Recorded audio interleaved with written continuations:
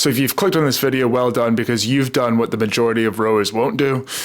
You've been open to the idea of looking at probably the most important part of your training, the part of your training that's going to have the biggest influence on your results, while at the same time being the most overlooked, least appealing, and most neglected aspects when trying to get faster. So regardless of what level your discipline, your focus, your motivation, your ability to handle nerves and pressure is, you can always improve your mindset. Not approaching your mindset in the right way leads to demotivation, leads to inconsistent training, lack of enjoyment in your training, lack of fulfillment, way too much pressure, the inability to perform when you need to. And it's ultimately the part of your training that has the trickle-down effect that massively, and it's probably the one aspect that can affect every single other aspect of your training, whether that be your programming, your planning, your sessions, your physiology, your weights training, your technique, all can be linked back to mindset.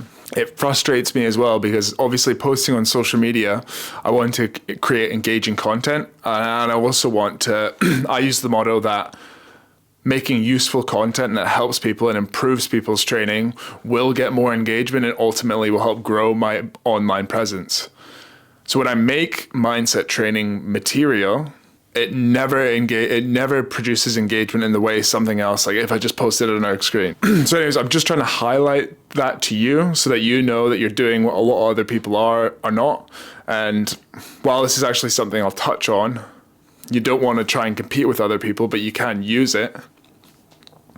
Look at it like you're already one step ahead of your competition by clicking on this video. Now, if you try and figure out what the most common factors to success is, whether that be in business, sports, you name it, or maybe you try and ask a leading expert, what should I do to be successful? I guarantee you it's not going to be something like, for example, in rowing, where it will be, this is the one training session that's going to make you faster, or you need to have this arm span, or you need to use this set of equipment. 100% of the time, it's going to be a mindset piece of advice. It's going to be something about focus, about discipline. And this video is aimed at helping you identify where your problems are and then some ways to improve that, some ways to tackle it, and some ways to kind of learn more about yourself. The interesting thing about this, and again, why I'm so passionate about it, is that also transfers into personal life, it transfers into education, it transfers into work life.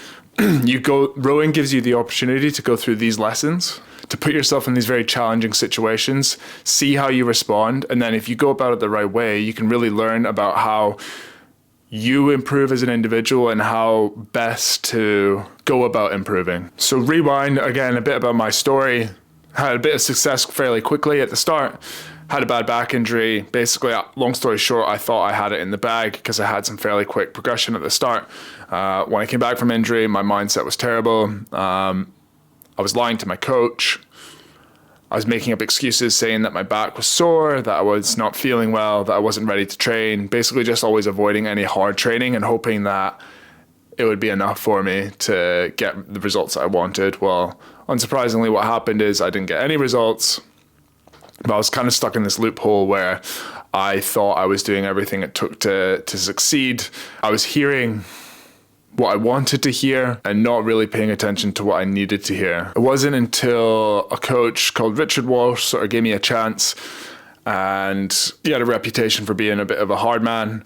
Quickly after starting with him, I kind of went back to my old ways. He very quickly pulled me up and he said, look, Jack, that's fine. If you're not able to do the training, whether or not you're able to or you want to, it doesn't matter. What we need to do going forward is change your goals, because you've given me these goals of getting into the GB rowing team, of going to the Olympics. I've given you the plan in order to do that, and you're not doing the plan, so that's totally fine. All we need to do is change the goals. As soon as it was worded like this, again, it was very pivotal point for me. Something changed, and it wasn't like a switch or anything. It just kind of triggered a gradual process of, how can I really, it became very clear of like what was required to get to where I wanted to be. And immediately having the question of, it doesn't have to be, I don't have to do this, I'm choosing to do this. And also like, you don't have to do it. It's kind of a weird thing, rowing. But anyways, when it was kind of clearly put out to me that it's my choice to go after these goals and that I didn't have to do them, it really made me realize that I really wanted to do it. And I was really motivated to look at every single aspect I could in order to get to where I wanted to be. So one of the first mindset tips I could give is ask yourself what you want to achieve, what you want to get out of your rowing, whether that's general fitness and the feeling of improving technique, more enjoyment, or you're looking to get results, you're looking to take time off a 2K. Figure out what that is, work out what it is that you need to do in order to get there. That could be having extreme focus in your training when you're, even if you're just doing, short rowing machine sessions. How focused can you be in that time in order to get to where you want? On the other side of it, if you're looking to race for your national team, if you're looking to win national medals, what's it going to take in order for you to get from where you are now to where you want to be? And then, are you motivated to do what it takes to get there? 9 times out of 10, when you word it like this, it gives you an extra amount of motivation. Now, more specifically, when it comes to pressure on race day, when it comes to demotivation, when it comes to higher intensity erg, when you know there's some numbers in front of you and it's making whatever you're doing extremely unenjoyable or very hard to do. From my experience, that comes from putting far too much pressure on yourself to achieve an outcome. That outcome is not in your control, and focusing on it because you can't control it creates nerves, creates anxiety, tells your body to shut down.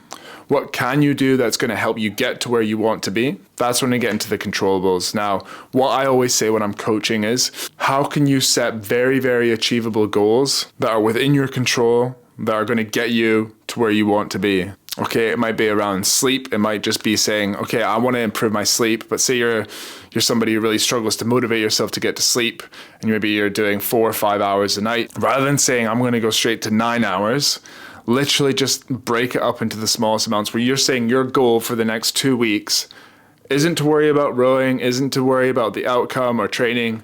It's simply, I want to get to bed 20 minutes earlier now. In the same way, if you were going to go from a 7-minute 32K to a 6:20 2K, maybe it should be a bit more like that, you're not going to do that in one jump. So in the same way, if you're looking to get really specific with your goals and controllable goals that you can improve, you're not going to go from, for this example, 4 or 5 hours sleep up to 9 hours sleep.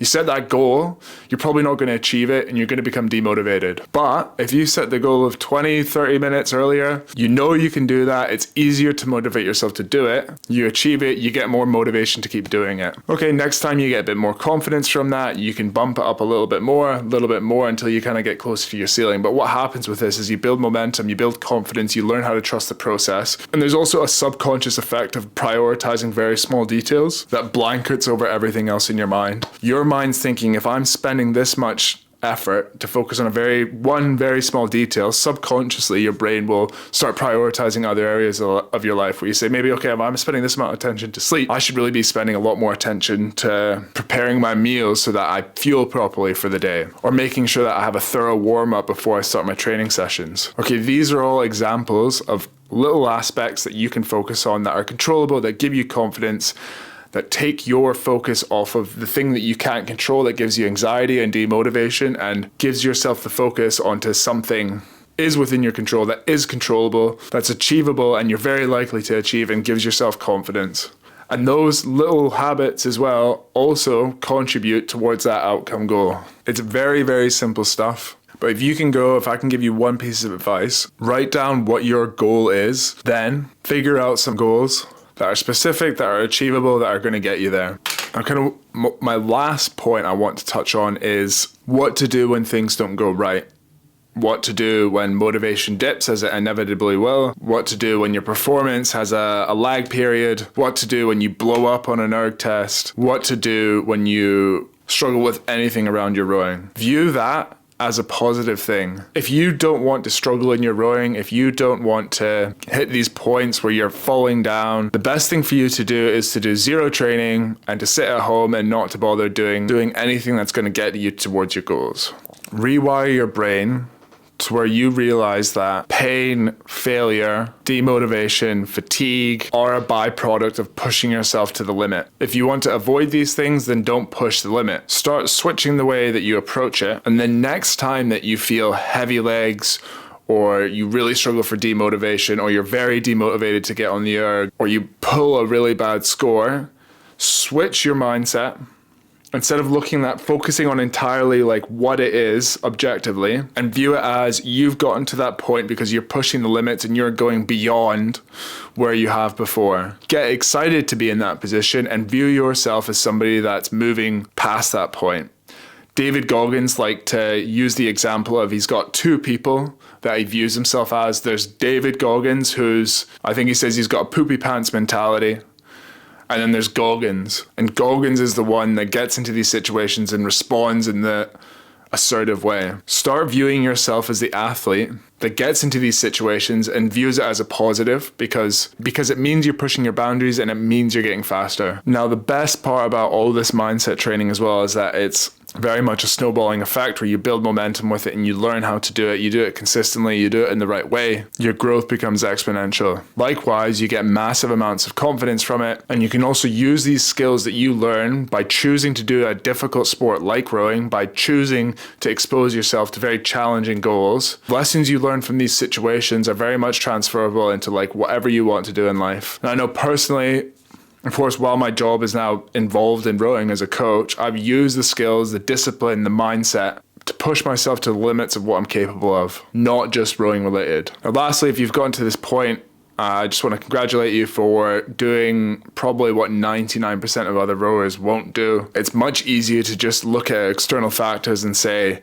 oh, maybe I'm just not doing the right training program, or maybe I've not got the right training session, or maybe I don't have the right teammates to train with to motivate myself, or maybe my coach isn't giving me the right advice, or maybe if I was in a warmer climate, it would be easier to motivate myself to do X, Y, Z. You're doing the difficult thing of looking internally to what really makes a difference and what is the most common factor in becoming successful in not just rowing, but in life in general. So if you found it helpful, like, comment, subscribe, the usual.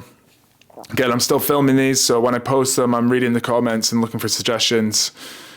If you're watching this and part 10 is out, then ship has sailed, but I guess I'll still look back and see what sort of content people would like to see. But yeah, bye.